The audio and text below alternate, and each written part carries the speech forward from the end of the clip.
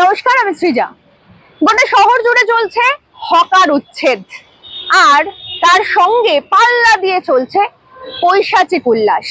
আমরা গোটা social media জুড়ে দেখতে পাচ্ছি হকার উচ্ছেদ হচ্ছে পুনর্বাসন না দিয়ে।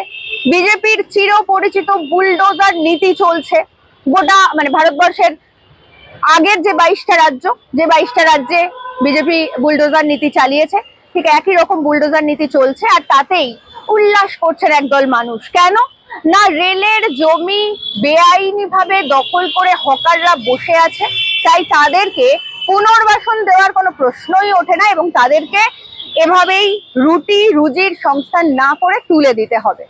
এখন বিষয়টা হচ্ছে যে আমরা জানি মানে বিজেপি দাবি করে, আরএসএস, বিজেপি জনসংঘ, তার আগে হিন্দু মহাসভা, ওরা দাবি করে ওরা বিরাট হিন্দুত্ববাদী পার্টি, ওরা হিন্দু ধর্মের ধারক এবং বাহক।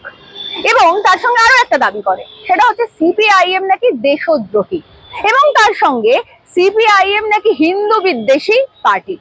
এখন বিষয়টা হচ্ছে যে এই যে হকার উচ্ছেদ চলছে এবং নোটিশ দেওয়ার হয়তো কোথাও 4-5 দিনের মধ্যে, কোথাও 1 সপ্তাহের মধ্যে, এবং সেখানে কোনো রকম কোনো পুনর্বাসনের কথা বলা হচ্ছে না। এবং খুব স্বাভাবিকভাবে এই এতগুলো মানুষের গোটা শহর জুড়ে যে লক্ষ লক্ষ হকার রয়েছেন, যাদের পেশাটাই হকারি, তাদের সমস্ত কর্মসংস্থানকে একেবারে নির্মূল করে দিচ্ছে সরকার। আর তাতে সহায়তা দিচ্ছে, তাতে ইন্ধন যোগাচ্ছে বেশ কিছু মানুষ।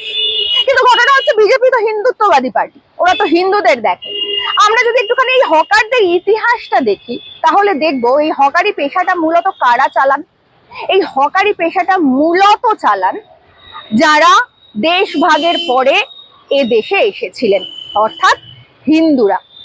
এ রাজ্যের 90% হকার হিন্দু বা 85% হকার হিন্দু, খুব বেশি হলে 10 থেকে 15% হকার মুসলিম সম্প্রদায়ের মানুষ। তো এখন বিষয়টা হচ্ছে যে সিপিআইএম তো দেশদ্রোহী ছেড়েই দিন, তার সঙ্গে হিন্দু বিরোধী।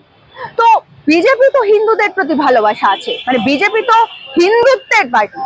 তো এই যে যারা হকার, যাদেরকে তুলে দেওয়া হচ্ছে, যাদের মাথার ছাদ কেড়ে নেওয়া হচ্ছে, পেটের ভাত কেড়ে নেওয়া হচ্ছে, তারা তো হিন্দু। তাদের এই যে কেড়ে নেওয়া হচ্ছে কর্মসংস্থান, জীবন জীবিকা, তাদেরকে যে এভাবে বেরোজগার করে দেওয়া হচ্ছে, তার বাড়ির বৃদ্ধ মা বাবা কি খাবেন বা তার পরিবারের ছোট্ট শিশুটা কালকে কি খাবে, সেসব কিছু চিন্তা না করে এই হিন্দুগুলোর জন্য ভাবছে কারা জানেন? ভাবছে সিপিআইএম। সিপিআইএম হিন্দু বিরোধী পার্টি।